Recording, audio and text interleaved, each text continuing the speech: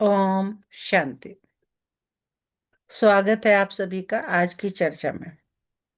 आज की चर्चा का विषय है अंधियारे से सोजरे की ओर, यानी 21 जन्मों की आत्मकथा। एक गहन आध्यात्मिक कहानी, आत्मा का परमात्मा से मिलन। चलिए शुरू करते हैं आज की चर्चा। शाम का समय था। शहर की ऊंची इमारतों के बीच रोशनी से भरी सड़कों पर लोग भाग रहे थे। कोई ऑफिस से लौट रहा था, कोई मोबाइल पर उलझा था, कोई भविष्य की चिंता में डूबा था। उसी भीड़ में अजय खड़ा था। सब कुछ था उसके पास, नौकरी, पैसा, परिवार। पर भीतर एक सवाल गूंज रहा था। कौन सा सवाल? इतना सब होते हुए भी मैं खुश क्यों नहीं हूं? उसी क्षण रेडियो पर एक पुराना गीत बज उठा। आज अंधेरे में है इंसान। अजय एकदम से ठिठक गया। उसे लगा जैसे यह गीत उसकी ही आत्मा की आवाज हो। उसकी आत्मा की, कि उसके पास सब कुछ होते हुए भी उसे सब चारों तरफ अंधेरे अंधेरा क्यों दिखाई दे रहा है। तो आज अंधेरे में है इंसान, ये गीत सुनते ही उसको लगा जैसे उसकी ही आत्मा की आवाज हो। यही है कलयुग का अंधेरा, जहां बाहर उजाला है पर भीतर अज्ञान का अंधेरा है। दुख है, चिंता है, भय है। उसी रात अजय एक शांत स्थान पर पहुंचा। वहां एक बुजुर्ग माताजी मधुर स्वर में कह रही थी। क्या कह रही थी? मीठे बच्चे, जब यह भारत स्वर्ग था तब तुम घोर सोझरे में थे। अभी अंधियारा है, फिर सोझरे में चलो। ये शब्द सुनते ही अजय की आंखें नम हो गई। क्यों? क्योंकि यह कोई उपदेश नहीं था। यह भूली हुई स्मृति की पुकार थी, जो भूल गया था कि मैं कौन हूं, मैं कहाँ से आया हूं, मेरा पिता क्या है, मेरा स्वधर्म क्या है। ये सब वो भूल चुका था। तो किसी के थ्रू परम पिता परमात्मा आकर इस संगम युग पर माता के थ्रू उसको याद दिला रहे थे। भूली हुई स्मृति को याद दिला रहे थे कि तुम एक आत्मा हो, तुम्हारा पिता भी एक आत्मा यानी परमात्मा है। जैसे किसी बच्चे को अचानक बचपन की कोई तस्वीर दिखा दी जाए, क्या होता है? और वह बोल उठे, अरे ये तो मैं ही हूं। वैसे ही आत्मा के भीतर छिपी स्मृति उसकी जाग गई कि मैं तो आत्मा हूं, परमपिता परमात्मा का बच्चा हूं। बाप कौन सी कहानी सुनाने आए हैं? बुजुर्ग माता जी बोली, बाबा कहते हैं मीठे बच्चे, मैं तुम्हें 84 जन्मों की कहानी सुनाता हूँ। तुम्हें तो याद नहीं है, क्योंकि जैसे बच्चा बड़ा हो जाता है ना, तो उसे क्या पता वो 3 महीने में क्या करता था, 6 महीने में क्या करता था, 1 साल 2 साल तक क्या करता था, उसे तो स्मृति नहीं है।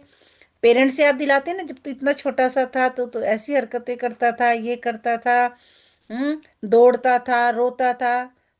उसे मतलब याद दिलाने की। अब फिर जब वो बड़ा होता है तो फिर वो खुद ही बोलने लगता है कि मैं ऐसे करता था जब मैं 1 साल का था। मैं क्यों? उसे कैसे पता? क्योंकि उसके माता पिता ने उसको बताया, तो उसे स्मृति है। अब वो देखते ही, क्योंकि उस पिक्चर को देख के माता पिता ने या घर के किसी बड़े ने पहले ही बताया कि देखो तुम यहाँ ये आइसक्रीम खा रहे हो जब तुम्हारा सेकंड बर्थडे था, या वो तो फिर जब कभी वो दोबारा से उस पिक्चर को देखेगा तो उसे याद आ जाएगी। तो बाबा कहते हैं कि यह कोई साधारण कहानी नहीं है। 84 जन्मों की जो कहानी है, ये साधारण कहानी नहीं है। ये आत्मा की आत्मकथा है। पहले जन्म में क्या होता है? सोने जैसा जीवन होता है जब आत्मा पहले जन्म में प्रवेश करती है।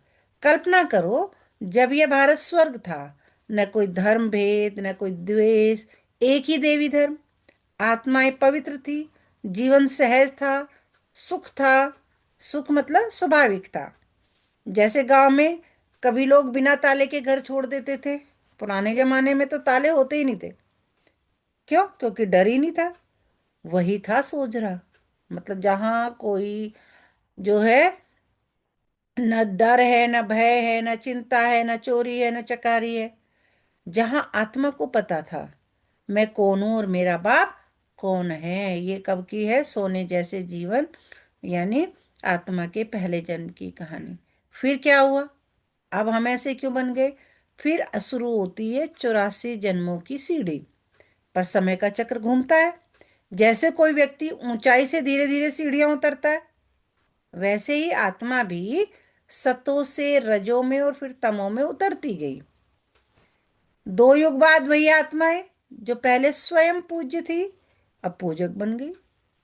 उन्होंने बड़े बड़े मंदिर बनाए, सोमनाथ जैसे भव्य मंदिर। क्यों? क्योंकि अब स्मृति खो चुकी थी और खोज शुरू हो गई थी। फिर शुरू हुआ भक्ति का पाठ, भक्ति की थकान।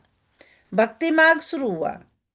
व्रत, तप, दान, पुण्य, स्नान, पर शांति फिर भी नहीं मिली। कोसों दूर थी शांति।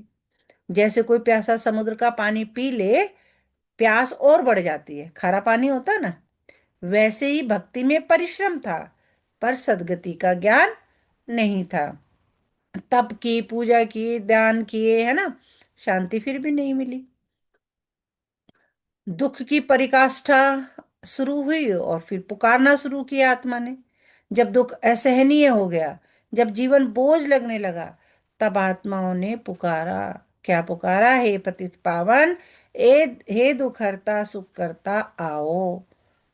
आत्मा ने किसको पुकारा? अपने पिता को, अपने परमात्मा को, शिव बाबा को, कि अब बस बहुत हो गया, अब आ जाओ।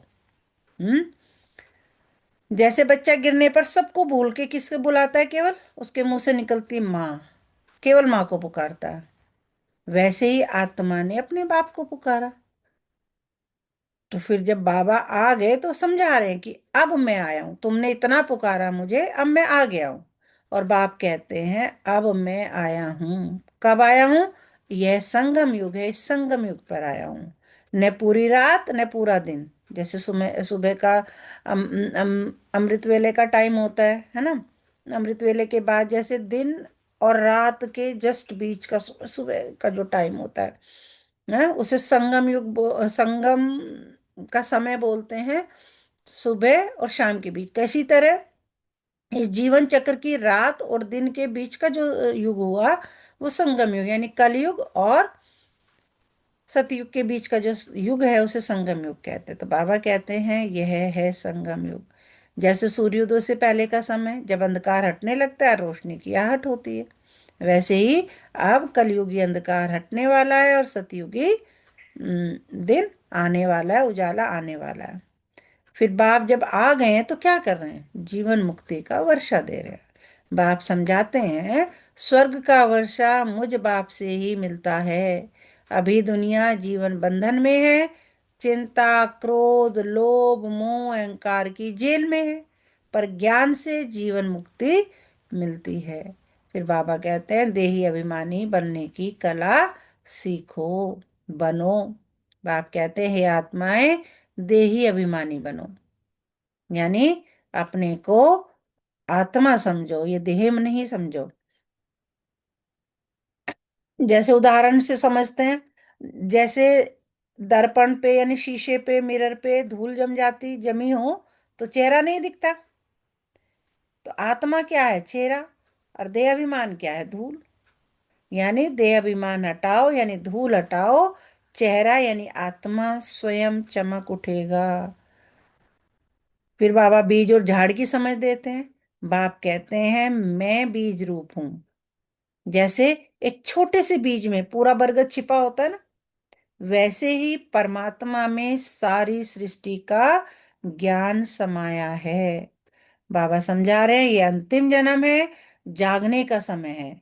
कौन सा जन्म है? ये 84वां अंतिम जन्म है। यह डराने के लिए नहीं है, जगाने के लिए। बाबा कह रहे हैं मैं तुम्हें डरा नहीं रहा हूं कि उठ जाओ और जो है अब तुम विनाश होने वाला है, ये नहीं। जगाने का समय है, अवेयर कर रहे हैं बाबा, समझा रहे हैं कि देखो अब ये पुराना घर बदल कर तुम नए घर में जाओगे। जैसे ट्रेन का अंतिम स्टेशन आने पर यात्री उतरने को तैयार हो जाता है ना। जब पता है कि मेरा स्टेशन आने वाला है, वो अपना जो है सारा सामान वामान संभाल के तैयार होके, जूते वूते पहन के, अगर सीट पर जूते वूते उतार के भी रिलैक्स होके बैठे हैं तो बिल्कुल तैयार हो जाते हैं। अब आत्मा को संस्कारों का बोझ उतारना है। सबसे बड़ी कला बाबा वरदान देते हैं आज का, कि बुद्धि को जब चाहो जहां चाहो जितना चाहो स्थिर कर लो। कितना बड़ी कला सिखा रहे हैं बाबा। जैसे बाबा कहते हैं कि जो सर्कस का कलाकार होता है, शरीर को जैसे चाहे मोड़ लेता है, करता है ना, इधर कलाबाजियां करता है पूरा, जो है फ्लेक्सिबिलिटी बहुत ज्यादा होती है उसके शरीर में। तो वैसे ही बाबा कहते हैं बुद्धि को एक सेकंड में अशरीरी बनाना, यही सबसे बड़ी कला है। फिर बाबा कहते हैं न्यारे और प्यारे जीवन की जो है कला सिखाते हैं। फिर उदाहरण से समझाते हैं कि जैसे कमल कीचड़ में रहता है, पर कीचड़ उस पर नहीं लगता। कीचड़ में कौन रहता है? कमल, लेकिन वो बिल्कुल ऊपर खिलता है फूल, कीचड़ उस पर नहीं लगता। वैसे ही इस दुनिया में रहते हुए भी इससे न्यारा बन जाना, यही जीवन मुक्त स्थिति है। तो बाबा कहते हैं कि अंधियारे से सोझरे का जो आज का वर्णन बाबा ने इस चर्चा में बताया, तो क्या कहते हैं कि ये जो ज्ञान है, ये अंधेरे से सोझरे में ले जाने का ज्ञान है। इससे ये भूल से स्मृति और की ओर कैसे जाना है उसका ज्ञान है। देह से आत्मा की ओर कैसे जाना है उसका ज्ञान है। अपने आप को देह नहीं आत्मा समझना है, कैसे करना है, ये भक्ति से ज्ञान का ज्ञान है। और अंत में बाबा समझाते हैं कि नर से नारायण बनने का ज्ञान है। फिर बाबा कहते हैं कि सरलता और सहनशीलता के गुण को धारण करने वाले ही सच्चे स्नेही और सहयोगी है। सरलता और सहनता के गुण को धारण करने वाले ही सच्चे स्नेही और सहयोगी है। तो अब सभी कुछ एकदम रिलैक्स होकर बैठेंगे, आंखें बंद, पूरा ध्यान सांसों पर, एकदम रिलैक्स। फील करेंगे मैं आत्मा इस शरीर को चलाने वाली एक शक्ति हूँ। मेरा बाप परमात्मा है। मैं अंधियारे से सोचने में चल रही हूँ।